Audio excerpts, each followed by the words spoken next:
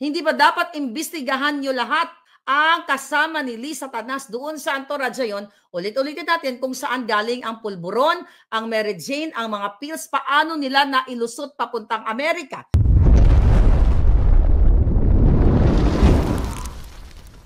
Merong obligasyon kayo lahat, mamamayang Pilipino, na magsalita, lumabas sa kalsada para inyong protektahan ang inyong mga anak dito sa mga appointees at mismo kay Liz Satanas na kidnapper, smuggler, addictus benedictus dahil binababoy nila kayong lahat dyan sa Pilipinas at lahat ng OFW at lahat ng Pilipino sa sulok man ng mundo. Imagine nyo, itinago nila sa inyo, March pa ito, kailangan pa nilang magsalita kung hindi inilabas ng Coroner's Office, ng Beverly Hills Police, ang kanilang investigation. So kung walang investigation, hindi sila aamin. Kaya nga sa Pilipinas, lahat ng mga kasabwat nila, pinagtatakpan nila. Nasaan ang DOJ now? Si Remulla, Jutang Ginemisca. Hindi ba dapat pananagutin mo ito, mag-imbestiga ka? Di ba? Department of Justice. Hindi ba dapat imbestigahan nyo lahat ang kasama ni Liz Satanas doon sa Antorradya yon? Ulit-ulitin natin kung saan galing ang pulburon, ang Mary Jane, ang mga pills, paano nila nailusot papuntang Amerika. Nilusot ba nila galing ng Pilipinas o binili na nila dito sa Beverly Hills? Or may contact sila dito? Ni isang kongresista, ni isang senador, although si Bato, I think, nagsalta about it. Di ba? Ayaw nilang pag-usapan to. Si Jinggoy Estrada, si Chis Escudero, nakasama sa party. Bago namatay, isang word wala. Dapat magpaliwanag ang lahat ng ito, lahat ng itong mga ano na ito, lahat ng mga kasabwat na mga kasama doon, mga kababayan.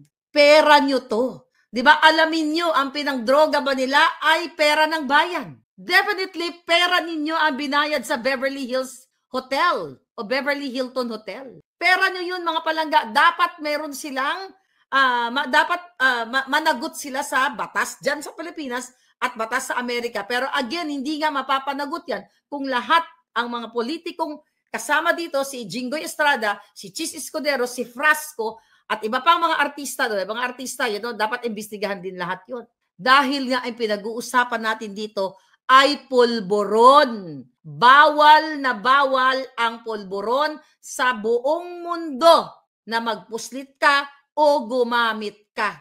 Umamin na ang nanay, umamin na si Dina Tantoco. Nilabas na ang toxicology test. Andyan na ang Beverly Hills Police. Ano pa ang gusto ng mamayang Pilipino? Tatanggapin niyo pa rin ba ang inyong presidenteng adik na si Marcos Jr. at ang asawa niyang kidnapper na, addictus pa, smuggler pa? Sapat na po ang ebidensya na sinasabi ng Beverly Hills Police based on that report ng bilyonaryo and ang report ng Coroner's Office para imbestigahan at maparusahan ang lahat ng mga addictos dito ay dyan sa Pilipinas at yung mga kasama dito sa Beverly Hills. Imagine nyo, Deputy Social Secretary ni Bangag Jr., hindi tinanggal. Nanahimik ang bangag na administrasyon.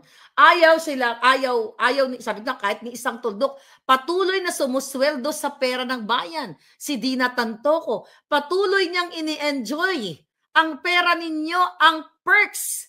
Huling-huli naman na ng Beverly Hills Police na siya ay umamin nga na nagtumira ng iba't iba o samot-sari o pulburon salad dito sa Beverly Hills Police. At tama si Cathy Binag na ang nakapaligid. Tama si Pangulong Duterte, dahilan kung bakit pinagkanulo sa ICC. Dahil si Pangulong Duterte ang isa sa nagsabi na addictus si Marcos Jr. at ang kanyang mga gabinete ay tumitira sa eroplano o kung saan man sa Davao City. At sinigundahan yan, kinonfirm yan ni Cathy Binag. Kaya no wonder, hindi pa rin nila kinakasuhan si Cathy Binag kasi may ebidensya ang palangga ninyo at totoo ang sinasabi niya. Dito nga napatunayan natin sa paglabas ng Beverly Hills investigation, Beverly Hills Police investigation at sa result ng Coroner's Office. Ulit-ulitin natin mga palangga. Hindi nyo ito babaliwalain dapat. Sino ang gumastos sa biyahe nila? Kayo. Sino ang nagbayad sa hotel? Kayo. Sino ang nagbayad sa event na pinuntahan nila? Sino ang nagbayad sa mga kasama ni Lisa I will survive, I will survive at hindi nakasurvive, di ba? Si Tantoco, nagkanta-kanta sila doon sa 5-star hotel. Kayo. Hotel accommodations, lahat, allowance, pang shopping, kayo. Tapos ayaw niyong kumilo. Si Maharlika na pa, gaganon ng lola ninyo. Na tutuyuan na ako. Na pa ako actually, nagtrabaho tayo ng bonggang-bongga. I was too busy doing my, licenses dito sa natin, sa ating mga kanegosyohan. Okay? Nag-email tayo on everything. Kaya dapat kayo na pa tayo mag-vlog. Okay? Nasaan na ang, who's that? Ethics Committee. Blue Ribbon Committee ng Senado, ng Kongreso. Nasaan nang itong mga ito?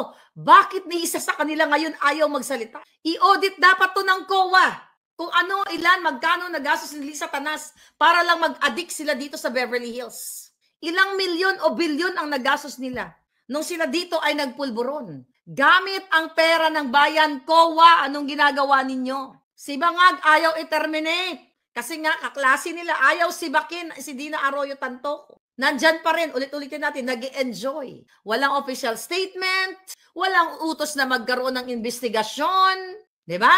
Kasi para malaman natin kung sino-sino sa binitbit ni Lisa Tanas ang mga gumamit ng pulburon doon na pinamasaian gamit ang pera ng bayan. Kaya sabi ko pa, ulit-ulit namin, sinasabi dito na ilabas ang manifesto. Wala na pong integridad si Bangag. Pulboronic. Ang tagal-tagal ko na ditong nagngangalngal. At eto na lahat, lumalabas na ang katotohanan, umami na ang mga appointee nila na si Tantoco Arroyo, si Dina Arroyo, na nagja-jamming sila, tumitira silang mag-asawa at the expense of people's money, Filipinos' money, taxpayers' money. Tatanga na lang kayo. Wala kayong gagawin. Saan galing, mga palangga? Ang pulburon, kay Marcos Bangag ba? Kay Lisa Bangag ba? Si Bangag ba ang nagsusupply?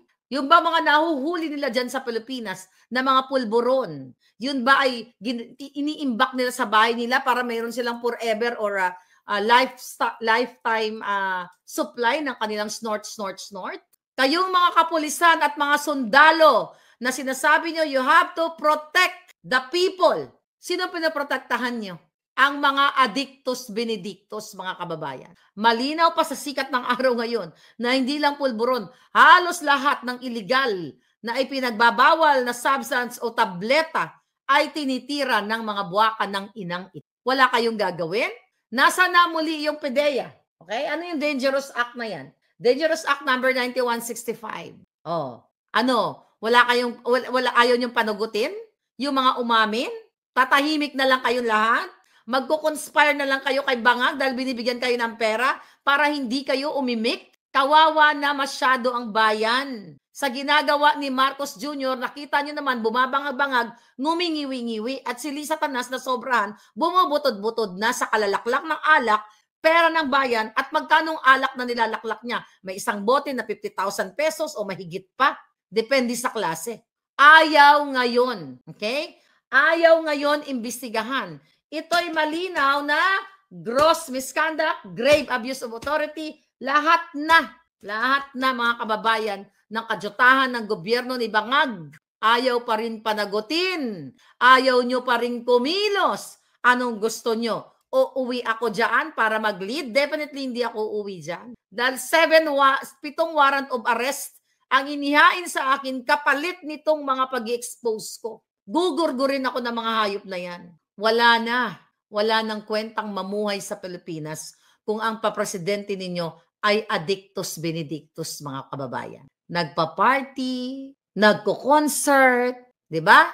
Lahat na lang. Ang ginagawa ni Bangag ay kaadikan. Wala kayong makikita na tangible, na achievement ng Bangag na ito. Kung di lahat ay kaadikan. Nasaan ka na? Nasaan ka, Chis Escudero? Nasaan ka, Jinggoy? Kasi wala pa, chinek ko yung Senate committee sa website nila, wala pang mga bagong itinalaga doon sa mga committee na yon.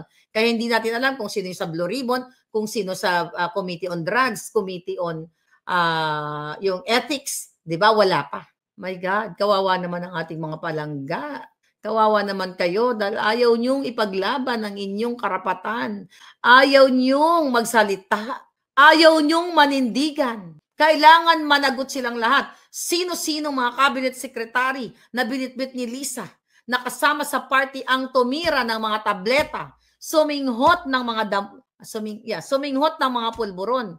At ano ba yung singhot, hit-hit, umihit-hit ng damo. Sige nga. Antayin niyo pa ba?